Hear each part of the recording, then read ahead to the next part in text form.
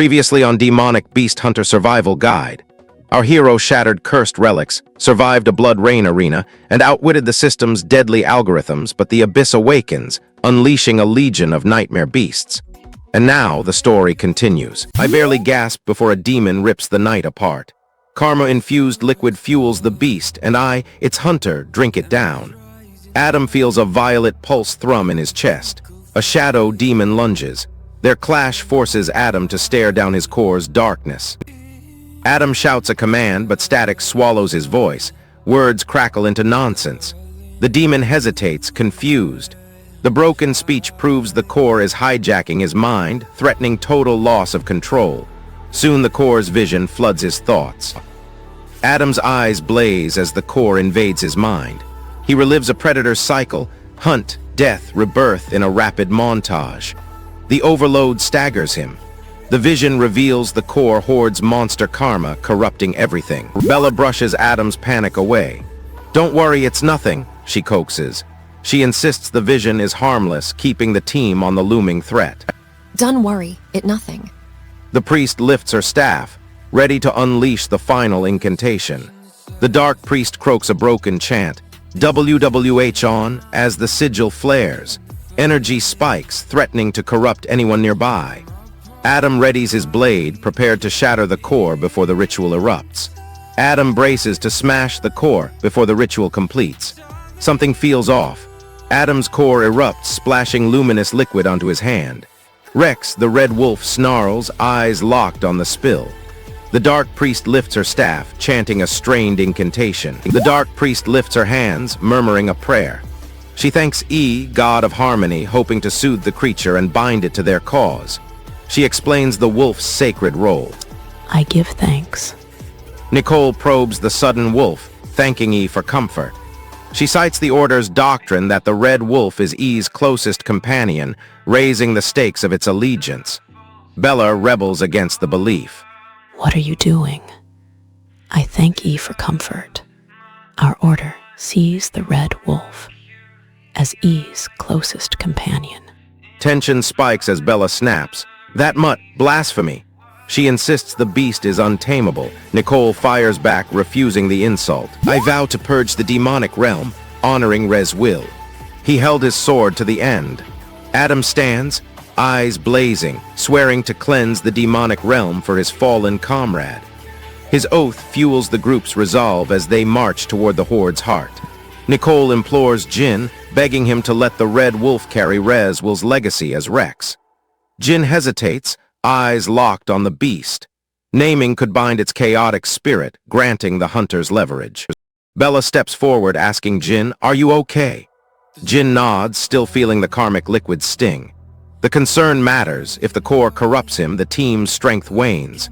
They ready themselves to delve deeper into the demonic lair. Jean stamps a crimson sigil onto the wolf's flank, officially christening it Rex. Simultaneously, the mysterious elder materializes, eyes alight with lore, sealing a volatile pact between hunter and beast. Nicole's desperate plea pushes Jean to gamble his fragile core, risking corruption for a chance at a loyal companion. Adam's oath fuels the hunter's resolve to honor Rez's will's sacrifice. The dark priest mutters warnings. The elder's cryptic blessing hints at a hidden key. Jin's cursed core remains unchecked, and a looming demonic ambush readies to erupt. The real fight starts now. Subscribe to Manhwa with Harry and don't miss a punch. The earth cracked, spilling fissures beneath trembling feet. A monstrous roar split the silence as the beast erupted. The golden bug's heirs lay dead, their blood staining the palace stones. City Elder Prabat stormed the courtyard, his ceremonial robes shredded by the quake. He clutched a sealed scroll stamped with the golden bug crest, its wax glinting ominously. He slammed the scroll onto the marble altar, eyes scanning the vacant seats where the heirs once sat. The treasury's defenses flickered, exposing a gaping vulnerability. Prabat's arrival signaled a fresh investigation, a hunt for the truth. He will now interrogate the mercenaries who guarded the fortune. Soldiers scrambled, their boots clattering over broken tiles. Prabat inhaled sharply. "I can smell the stench of a dark priest all over this incident," he declared, sharpening focus on a hidden enemy. Raymond muttered, "What, you?" his voice trembling with anxiety. Their dialogue pushed suspicion toward a dark priest's involvement. I can smell the stench of a dark priest all over this incident. What you? Raymond's nervous question opens a risky path. Prabat's eyes narrowed. He whispered, "He knows my name? Done. Tell me everything you hide." The revelation that the foe recognized him raised the personal stakes. It set the stage for the upcoming mental realm test, where Prabat must wield his third eye against the hidden adversary. Raymond stepped forward, leaning on his sword. "The mercenary's body looks untouched despite recent combat," he observed. Elder nodded, acknowledging the point. Their exchange narrowed the suspect list, suggesting the mercenary might be a red herring. Mercenary's body is perfect. Tension rose as they weighed who truly benefited. Jin clenched his fists, eyes flashing. He shouted, "He's completely unreasonable." His doubt threatened his resolve, risking a misstep in the upcoming duel. "He's completely unreasonable," Jin added, "plus, fighting an old man might be too troublesome." The conflict deepened as the test loomed. Thunder rumbled across the cliffside arena as Jin squared his shoulders, feeling the wind slice his skin. A razor-sharp blade arced toward Prabat. He caught it with bare hands, grimacing as pain shot through his palm. He muttered, "It hits the same spot the abomination wounded me." Raymond staggered back, shouting, "Wait, that can't be." The shock revealed Prabat's near-immortal resilience, proving he could withstand attacks that felled monsters. Wait, that can't be.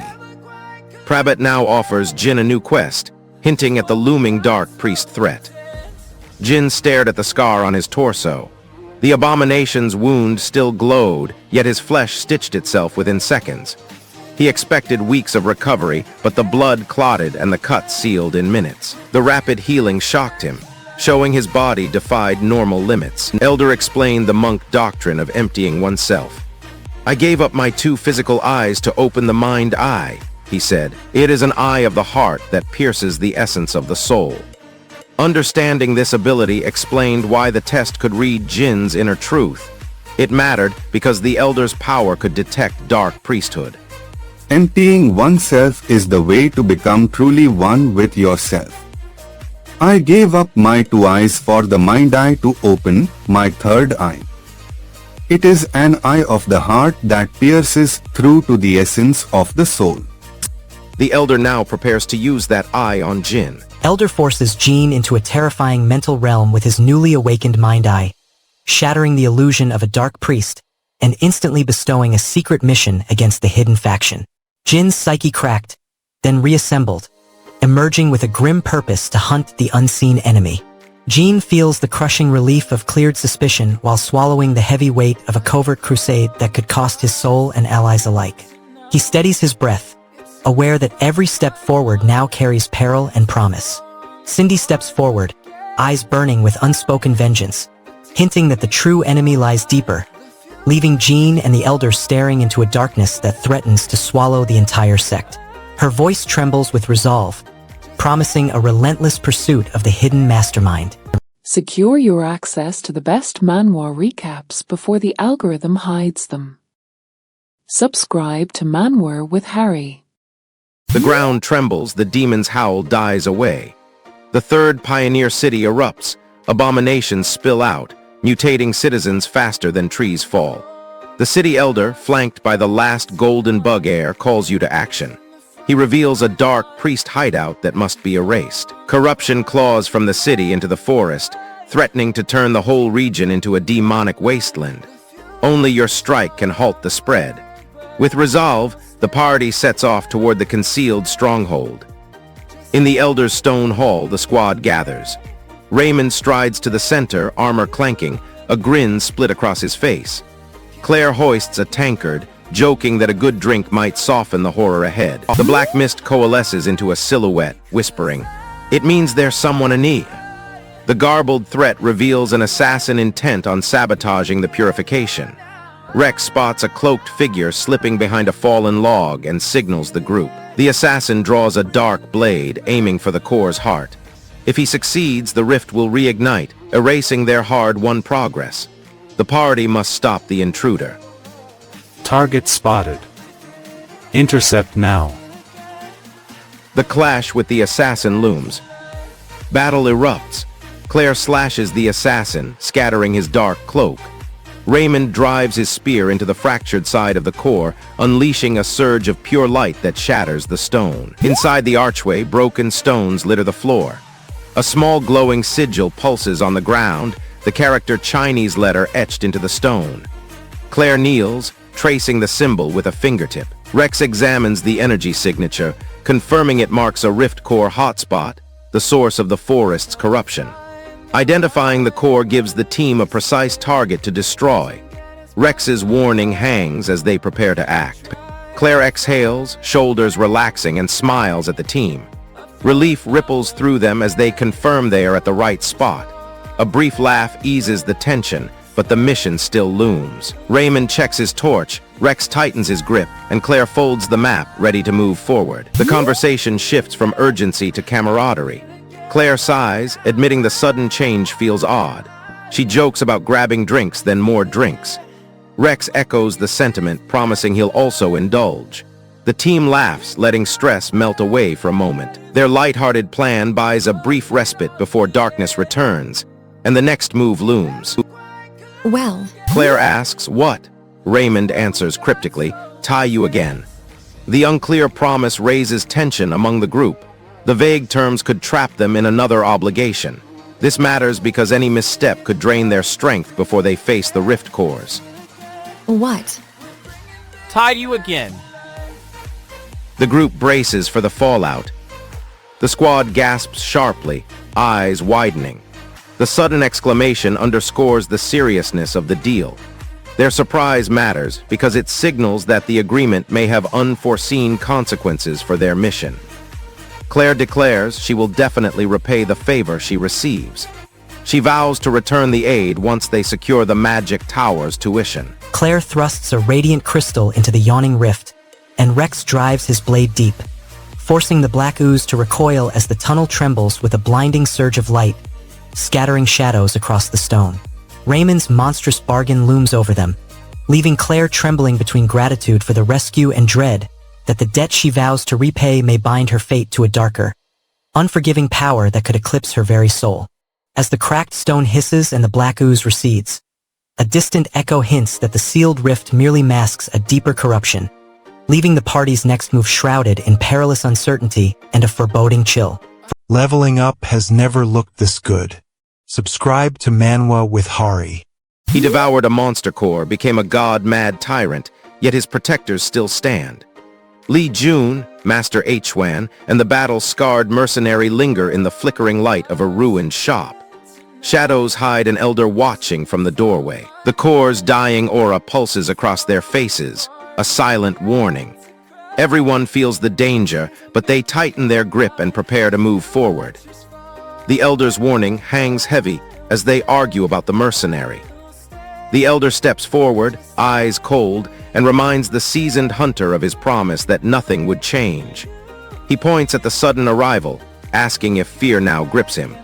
The hunter scoffs, demanding clarification and gestures toward the mercenary's involvement. The elder sighs, lifts a hand, and utters a single syllable. "Eh." He follows with a calm reassurance, "Don't worry, that won't happen." His brief response attempts to defuse the mercenary's threat and keep the group united. This tests whether the elder can maintain control over the volatile discussion. The conversation now turns to Jin's condition. Jin steps forward, aura humming with raw power. The narrator notes, Jin has already devoured countless monster cores and grown unimaginably strong, yet his mind remains intact.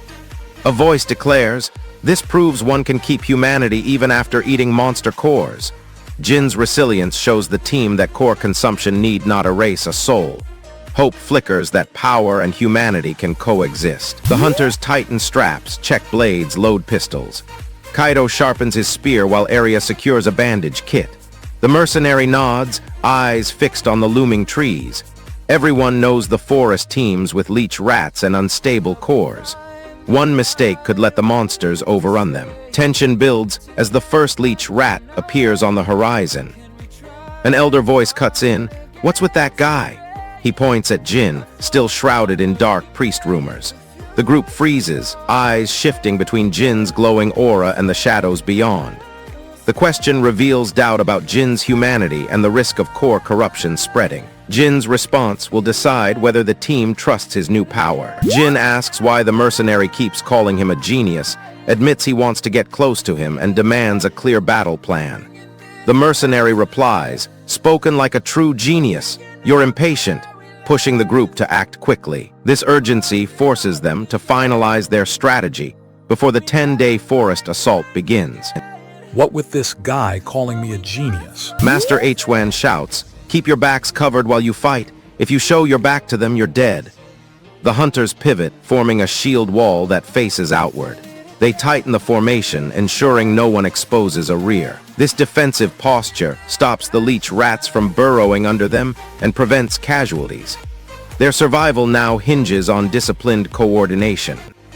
A mercenary shouts, "Hey genius, watch out," as a leech rat bursts from a tunnel near his feet.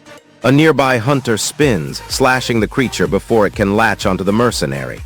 The quick reaction saves the mercenary from a potentially lethal bite. Their close call reminds the squad that the battlefield is full of hidden dangers. Jin spots a single glowing rift core half buried in the mud. He signals the squad to converge on it. Master Hwan steps forward, hand outstretched, ready to smash it. The mercenary readies his crossbow, eyes narrowed. The core pulses faster, hinting at imminent growth. Destroying it now prevents the leech rat horde from spawning more monsters. The team braces for the first strike. The crossbow bolt hits the core, splintering its surface. Leech rat swarms erupt from the fissure, screeching and lunging at the team. Jin lunges forward, his newly regenerated flesh shrugging off bites. Master Hwan swings his blade, cleaving through the first wave. The mercenary fires again, forcing the monsters back toward the broken core. Jin devours the remaining rift cores, his wounds knitting instantly, then shatters a glowing core, unleashing a torrent of leech rat swarms and birthing a towering queen from the fissure. He revels in newfound regeneration, feeling invincible, yet the surge costs him his reliance on raw strength, and his comrades stare at the escalating horror, fearing his power may attract even deadlier threats. As the rift contracts faster than their blades can bite, Jin slams his fist into the ceiling seam, channeling raw energy to pry it open, while the queen's acidic roar promises a deadly showdown. I read the raw chapters so you don't have to. Pay it forward and subscribe to Manwa with Hari. I thought the battle ended. Then darkness bared teeth. The commander bellowed, "Ohm overflow, slaughter them all." And a tidal surge surged through every soldier. Roland shouted that devouring monster cores copies their abilities, a secret that kept him alive for 12 brutal years. A nervous grunt asked, "You okay?" Roland's core technique could swing the fight against the looming leech rats. Roland ordered the line to hold while he slipped a pulsating monster core into his mouth, claiming he could swallow cores undetected. The squad shouted objections, terrified of the unknown power. "Watch, I can eat cores in secret." All eyes narrowed, waiting to see if the gamble would pay off. Another soldier shouted, "Unlocking abilities needs luck, not just effort." The comment drifted through the camp as medics tended wounds, underscoring the randomness of power gains. Requires luck. The commander readied the next assault. A medic approached Roland, asking if his body could hold. Roland admitted he was barely hanging on, praising the soldier's fierce spirit. The exchange sparked morale as the next wave loomed. Hey, Roland. Your body doing all right? "Not at all. Your fighting was impressive. I thought you'd die." The looming monster horde thundered toward them, testing resolve. Roland's record flashed. He'd slain leech rats solo. Soldiers compared his tally, 1 versus their 4 or 5, and the Holy Knight's 100+. The same soldier reconsidered, noting Roland behaved more decently than expected. The shift softened tension, opening room for cooperation. Roland's hidden skill might soon prove vital. He will soon showcase his performance. A soldier challenged Roland to display his combat performance, laughing. Roland accepted, preparing to prove his worth. The request forced him to demonstrate his claim to the troops. The group then plunged deeper into the demonic realm. The party surged deeper into the demonic realm, shattering rift cores, slaying kobolds and massive eared beasts. Each step intensified monster strength, raising danger. Soldiers felt morale climb despite the looming threat. Roland's next move could tip the battle. A massive creature loomed ahead, ready to strike. A confused soldier asked, "Why is the Order Alliance on their way?" The question hinted reinforcements were about to join the fight. Their curiosity underscored the looming shift in battlefield dynamics. The incoming troops could change the next encounter. Roland and the troops discussed how the enemy learned the location. A soldier asked how foes discovered the area. Another replied they scattered rift cores throughout, so any intrusion would be detected. This revealed the Order's hidden surveillance network and raised stakes for secrecy. How did those guys find out about this place? We planted many rift cores here. It's odd if they noticed. The squad worries the youngest will act on this intel. Roland shatters the pulsating rift core with his blade, unleashing a blinding aura that ignites every soldier's armor, granting them a temporary digging power that could carve a path through the demonic onslaught. The radiant surge fuels their resolve, turning desperation into unstoppable momentum. The squad feels a surge of hope as the youngest's foresight saves them, yet the surreal chaos threatens to claim lives, forcing each warrior to confront the razor-thin line between victory and loss. Their hearts pound, knowing any misstep could plunge them into oblivion. A mysterious two-word omen flickers on the battlefield, hinting at a deeper enemy, while the Order's rift core defenses hold, leaving the next move shrouded in lethal uncertainty. Shadows gather, and every breath could decide the war's fate. Final chance. Subscribe to Manwa with Hari. Ash settles, but the true beast still lurks beyond. Raymond questions the path, his voice low. Claire points to the pulsing corruption, insisting this is the Nexus hotspot. Rex admits the site defies every map he studied. The group freezes, weighing a deadly plunge into unknown darkness. Their choice will either plunge them deeper or force a retreat. Are you sure this is our destination? Yes, the demonic realm's corrupt energy is concentrating here. I have never heard of a place like this existing. Boots crack on cracked stone as they march toward the glowing fissure, oblivious to the shadow that watches. The party arrives at the Nexus rim. The creature recoils, spewing hissing venom across the tunnel. Green acid sizzles, searing stone and pushing hunters back. They flee into the fresh bunker, slamming the door shut. From the high ledge, they rain fire on the beast, buying distraction. This pause secures precious planning time for their next strike. Venom splashes a cracked wall, igniting a blinding flash. Jin curses, "Cursed it!" Claire screams, "Gah!" As the blast throws her aside, the creature's core shatters, flooding the tunnel with dark energy. Raymond snatches a fragment, feeling venomous strength surge through his veins. The squad now bears the hybrid's power, and must decide fast how to contain the raging energy. Cursed it. The hybrid lunges, snake head snapping, spitting corrosive venom across the floor. The ground erupts, hurling a boulder toward the team. Rex orders retreat. They scramble to dig a shallow trench as a temporary hideout. Raymond and Jin channel fire, melting stone, while Claire creates a gust shield to push debris aside. Roland raises a protective aura, granting makeshift high ground. Their quick dig buys seconds before the creature's massive foot crushes the tunnel entrance. Now they must exploit the creature's exposed core. The monster's fused hide cracks under the assault, exposing a pulsating red core wrapped in black veins. The core hums low, drawing the hunter's eyes. The tunnel collapses behind them, dust choking the air. Hunters cough, then steady themselves. Jin examines the core shard, new symbols forming on its surface. No! Claire's wind shield still hums, charged with static from recent combat. Raymond wipes soot, studies the symbols, realizing they map a route to the demonic realm's heart. Roland lowers his aura, granting a brief rest. Rex inventories supplies, confirming enough provisions to press on. The team decides to follow the newly revealed path, hoping it leads out of the corrupted zone. Their next move could finally end the nightmare of fused monsters. No. The symbols point toward the core's origin, promising answers in the next chamber. The hybrid lifts its snake head and hisses. A thin stream of green venom shoots toward the hunters. Raymond ducks as the poison arc passes his shoulder. Claire raises her shield, deflecting the toxic spray. Rex watches the venom sizzle on stone, noting a lingering acid stain.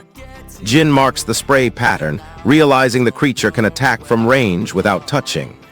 Roland calculates a safe distance, keeping everyone out of the poison's reach. The venom adds a deadly ranged option to the monster's arsenal. Knowing this forces hunters to stay mobile and keep cover. Jin plans to seize the glowing core before more poison erupts. The hybrid roars and charges, massive feet-pounding stone. The fused beast struggles to coordinate its two bodies. Its brute force arm swings while its venom-spitting tail lashes, each motion fighting the other. Hunters watch as a bright, pulsing core flashes on the monster's chest, the only spot not covered by scales. Raymond yells that the core is the exposed danger. Claire notes that even perfect teamwork can't shield that weak point. Jin readies his spear, and Roland climbs a nearby rock for a better view. The team realizes hitting the exposed core could break the monster's exponential power boost. That spot offers the only chance to stop the creature's combined strength. Raymond still hasn't decided how to seize the core. Jin kneels beside the altar, lifting a small stone slab at its base. Engraved on the slab is the single character Chinese letter, a kanji meaning origin. He pushes the slab aside. It cracks open, revealing a thin, blood-stained parchment. The parchment lists a ritual to bind demonic cores, with diagrams of a living core placed on an altar surrounded by glyphs. Claire pulls the parchment closer, studying the symbols and noting required ingredients. Raymond points to a line stating a living core must act as a catalyst to seal the energy. Roland spots a nearby pedestal that could hold the core, its surface etched with matching glyphs. Anil darts toward the jagged tunnel, eyes scanning flickering glyphs as the fused beast roars, its serpentine, maw-spitting venom.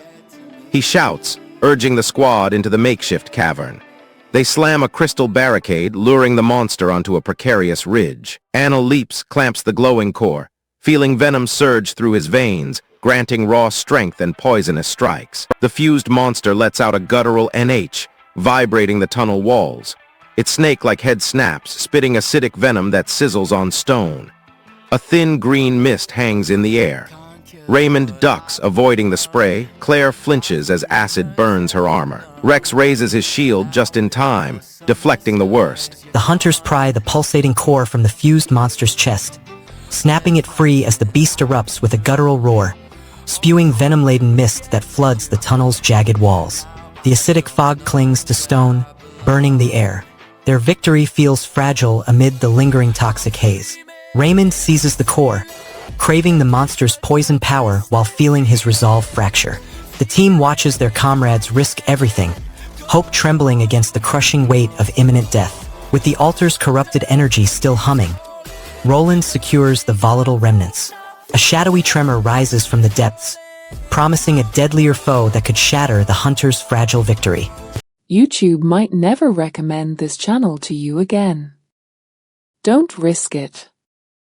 Subscribe to Manwa with Harry right now. Dawn bleeds red, the monster prowls relentless. Jin slashes, steel ricochets off stone-hard hide. Dark Priest devours monster cores, eyes flicker with hunger, scanning for survivors. Each strike bounces, leaving Jin vulnerable. He knows the armor must shatter before civilians fall. Jin gathers resolve, eyes blazing as the demon summons a poisonous mist. Jin taps the spider core skill, hoping to smother the demon's fire blast. He releases a burst that hammers the stone, the aura flickers, absorbing scorching heat. "It's not the ability I wanted, but it's useful," he mutters, testing his defenses. The partial block buys precious seconds. It's not the ability I wanted, but it's useful. The Dark Priest grins, voice dripping with twisted excitement. "I've been wanting to face you, to think you just show up." He snarls, eyes flickering with dark fire. He adds, "I'm so thankful, could cry," revealing his warped gratitude for the battle. His obsession with proving strength fuels reckless power, making him deadlier. Understanding his mindset sharpens the hero's anticipation of his assaults. The priest lifts a hand, preparing a massive dark wave. Jin mutters he wants alone. The priest ignites lingering poison gas with his fire, creating a massive blast. He watches the explosion expand, then asks whether even stone skin can survive this amplified assault. The heightened blast tests the limits of Jin's defenses. This matters because Jin's stone skin may fail, exposing him to lethal damage. Jin's armor cracks, forcing him to switch tactics. The blast engulfs the battlefield, sending shockwaves through the ground. Jin staggers, his stone skin cracking under pressure. The priest's eyes glow, a dark rune flares on his chest.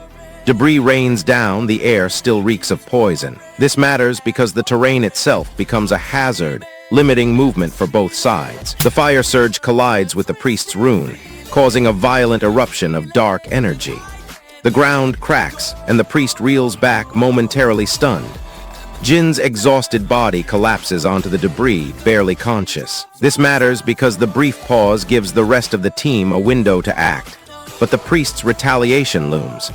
The next clash will decide who controls the monster cores. The battlefield quiets after the explosion. Jin watches the dark priest whose eyes glow. The priest raises a hand, a dark rune flares on his chest. Jin's stone skin trembles, regeneration flickers. The priest's aura hints at more power. This matters because Jin's weakened state leaves him open to a lethal strike. Priest says Jin's luck with the Order Alliance won't protect him if they learn he uses monster cores. He hints allies will turn against him. Jin watches the Alliance troops nearby, eyes narrowing. The priest's words plant doubt about loyalty and safety. The risk of betrayal rises, making the pact even more dangerous. Jin realizes even his friends could become enemies. It won't be any different for you, you're lucky with the Order. When they learn you use monster cores, trouble follows. Jin's allies watch, uncertain if he'll betray them. Jin unleashes a second fire blast, but the dark priest raises a dark shield and absorbs it. The shield sparks, then shatters, exposing the priest's gauntlet. A red countdown appears above the battlefield, flashing. Jin's stone skin cracks further under the strain. This matters because Jin loses his elemental edge, and now has limited time before the timer expires. The priest readies a new, deadly technique as the seconds tick down. The dark priest sneers, then asks, "How could a wolf ever serve a dog?" He follows with a cold whisper, "B." The words echo, hinting that the priest wants Jin to merge with monster core power. The dark priest erupts a blinding flash from his hand, instantly nullifying Jin's fire blast. The elemental shield shatters, laying bare Jin's cracked stone skin. Above the battlefield, a red countdown ignites, ticking down each heartbeat. The arena trembles, anticipation hanging in the air.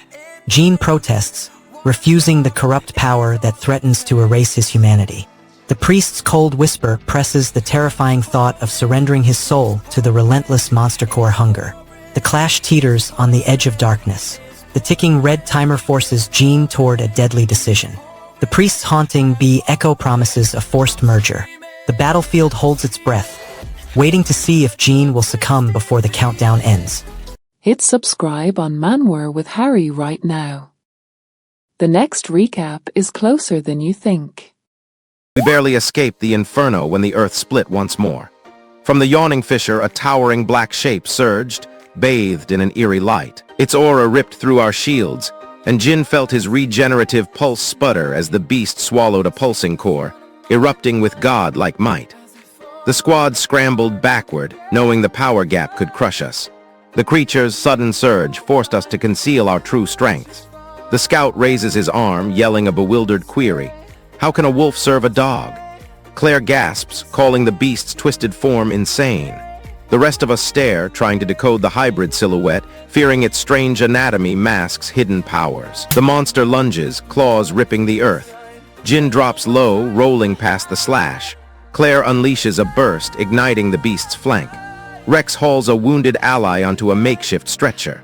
The canyon trembles as the creature roars, scattering us. Our moves buy precious seconds, yet the monster's power surges. We press toward the sealed rift, hoping to carve out a final strike. The beast tore the canyon, veins pulsing with stolen core energy, while Jin's regeneration fizzled to ash. He bellowed for a stretcher as the creature's roar rattled the cliffs. Later, the survivors sealed the rift cores, and an Order official demanded a report. The monster lunges, claws rending rock. Jin drops to his knees, gasping, hand pressed to a flaming wound. Roland watches, blade poised, but the beast blocks his strike. Rex crouches, hunting a weak spot. Jin whispers a breathless "ah." Tension spikes as the monster readies another assault. Lie. Jin awakes on the stretcher, eyes blinking against pain. He whispers a hoarse "ah" as the wound throbs. Then, half in disbelief, he asks if he survived. Medics nod, confirming his life but noting his regeneration failed. Jin clutches his side, realizing his power drained him. He knows the order will demand answers, and he must conceal his weakness. Lie. The officer's voice rises in disbelief, declaring he can't fathom a human standing toe-to-toe with a monster, let alone surviving. He glances at the smoking wreckage as proof of the clash. Jin clenches his fists, recalling the monster's core-powered strike that nearly killed him. This highlights the Alliance's shock at a new, unprecedented enemy. The officer now demands proof of the monster's true power. The officer taps his datapad, demanding a concise line of report. He repeats, "Provide a line of testimony," emphasizing a succinct written account. Jin nods, ready to compress hours of combat into a few sentences. This matters because the Alliance's bureaucracy forces survivors to condense chaos into official records. After the ambush, the Order Elder steps forward, placing a hand on Jin's shoulder. He tells him not to worry, promising that no matter what shape Jin takes, he will still trust him. This reassurance lets Jin consider using his transformation despite the risk. The Elder's promise steadies the team as they prepare to seal the rift. Do not worry. Jean steps forward, gear clenched, defiantly confronting the Order Elder as the glowing core erupts, hurling jagged dark energy that begins sealing the rift's mouth. He feels the crushing weight of the Elder's command, fearing misinterpretation yet clutching a fragile promise of trust, aware any misstep could strip his newfound authority and endanger his allies. As the cavern trembles and dark energy spills, the team scrambles toward the sealed rift, leaving the volatile cores looming catastrophe unresolved and darkness poised to engulf them all. Unlocking the ultimate tier is just the beginning. Subscribe to Manwa with Harry. My heart thunders after the demon's dying wail. Its jaws rend at Jin's throat, crimson spray everywhere. Jin plunges his blade deep into the monster's heart. The survival guide murmurs a dire warning as the beast collapses. Ash swirls, and the relic catches the dying light. Roland strides forward, brandishing the freshly forged beast hide armor. A confident grin spreads as he declares it made for Jin. He offers the skin-thick protection, urging Jin to claim it. The squad holds its breath, waiting for his decision. Jin studies the relic, his mind torn between power and caution. Jin pauses, fingers trembling above the armor's edge. He whispers, "Just a second," to himself. The rift expands, spewing black energy into the cavern. Shadowy silhouettes slither forward, claws rasping stone. The squad braces, weapons drawn, hearts thundering. Jin's armor catches the eerie light, a promise of protection. Resolve steals as the menace closes. A solitary figure steps out of the gloom. The memory fades with the priest's last thought, desperate to seal the rift, fearing its unchecked power. Jin hears the warning, a lingering curse echoing from the core. The revelation steals their resolve to shut the breach. Jin snatches the feather-light relic, its cold edge biting his palm. Roland pushes him onward, urging haste. The relic slides into his armor, fitting like a perfect glove. Roland steps forward, tallying the fallen foes. "One remains," he whispers, eyes widening. He points at the lone creature, noting the fight isn't done. Their next action depends on this final adversary. The looming monster could still endanger the core. The dark priest abruptly raises his fist, smashing the comatose captive. The blow lands cleanly, sending the victim sprawling. The savage act reveals his merciless cruelty and hints at a grim decision ahead. Jin begins to doubt the price of devouring monster cores. Jin brushes the relic's surface, and his senses dim, muted by the enchantment. The armor's magic dampens pain and sensation. This shows the relic's protective charm, accounting for its near-weightless feel. Jin confesses that, despite his attempts to appease the dark priest, trouble persists. He mutters about the endless annoyance, hinting at deeper strife. This unresolved tension primes a fresh decision on the monster core. Even when I treat him well, he gives grief. The squad must decide whether to compel Jin to ingest the Dark Priest's core. Roland waves it off, claiming the noise is merely wind. Jin snaps, insisting a shift occurred, mocking the bull's comment. Their clash reveals an unseen presence nearby, urging vigilance. The team stays on edge. Nio, you something just move. What are you talking about? It just the wind. No, something definitely moved. Jin sighs, recalling foes stronger than the low-level knights patrolling the rift. He concedes the edge means little now, fearing inevitable defeat. His defeatist tone spreads doubt among the remaining fighters. Since there were guys, stronger than the low-level knights standing guard. Well, it doesn't really matter. I lose anyway. Jin's resignation pushes Roland to contemplate the next step. Roland questions Jin, asking if their strategy ends here, testing the team's limits.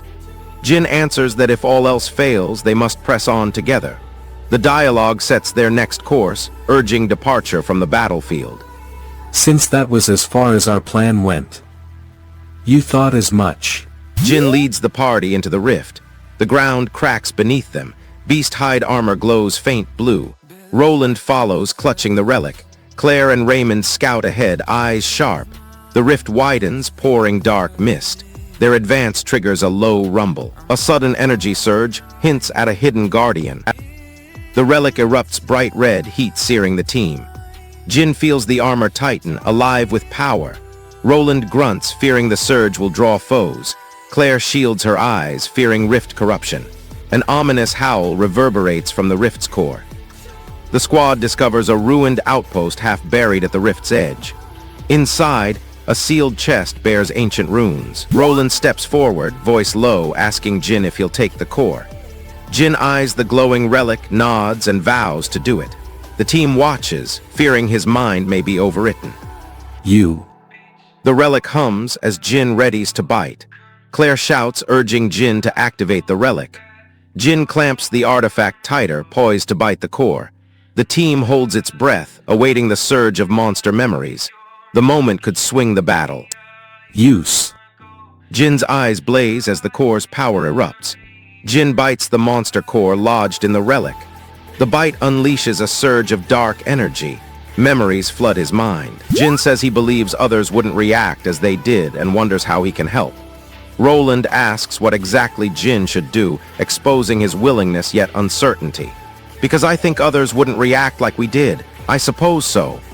Then, how exactly can I help you? The plan to use the core looms.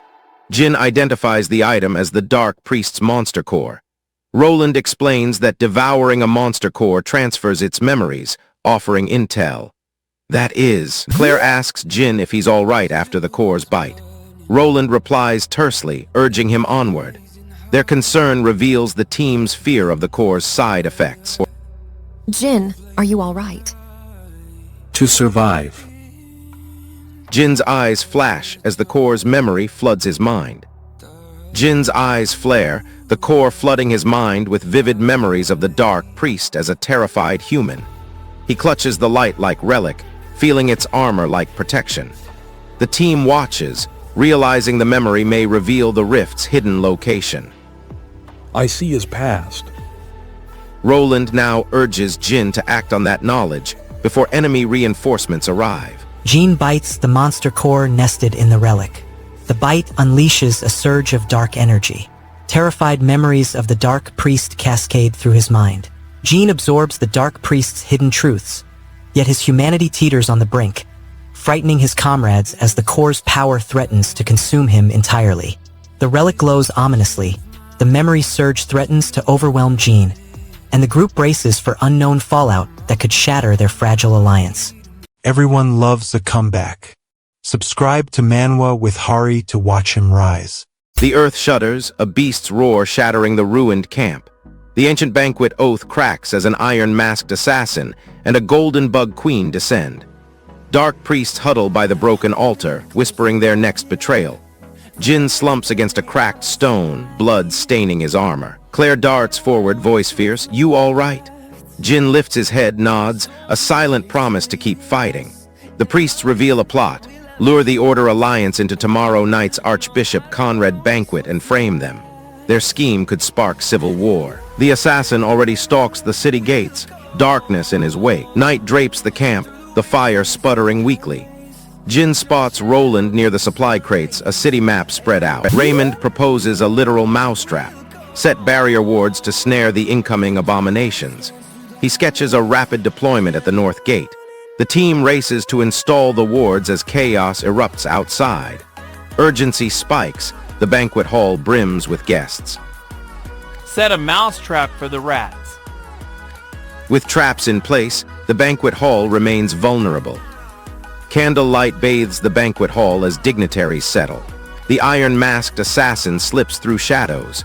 Jin spots the golden bug woman murmuring to a dark figure. Order members clutch their weapons, breath held, waiting for the ambush. The hall tightens into a pressure point. All eyes lock on the center as the clock chimes. The crowd steadies, murmurs swelling. Roland strides to the center, voice cleaving the noise. He demands, "What is the banquet's true purpose?" Claire, near a flickering torch, points to the odd figure with a twitching tail. She notes the tail trailing the supposed genius, hinting at a concealed weapon. The interrogation forces the Order to face the hidden threat before more blood spills. More importantly, what's going on? Pardon. Candlelight bathes the banquet hall, long tables laden with steaming dishes. Servants glide between seats, bearing platters of roasted beast and fresh fruit. The golden bug woman claims a seat beside the archbishop, eyes flashing with hidden calculation. Jin watches the iron-masked assassin melt into shadows, his hand inching toward a concealed blade. Raymond scans the room, sensing subtle tension among officials. Claire lifts a glass, toasting unity and vigilance. Visual scene reveal polished marble reflecting flickering flames, a calm before the storm. The atmosphere masks the imminent assault. One misstep could let the dark priest strike. The first scream soon cracks the fragile peace. The iron-masked assassin slides behind a marble column, vanishing into darkness. A hushed voice from the shadows issues a brutal order. The speaker points to a charge labeled Issar and commands the team to set the explosive 3 meters from the banquet hall. The plan, detonate the hall before the priests infiltrate, killing both attackers and officials, denying the priests their prize. Order members stare at the grim proposal, aware that blowing up the hall would ruin the Archbishop's peace summit and expose their secret actions. The stakes rise. A successful blast eliminates the priests, but also brands the Order as traitors. The ceiling above the banquet erupts without warning. Dust and stone rain down on gathered nobles.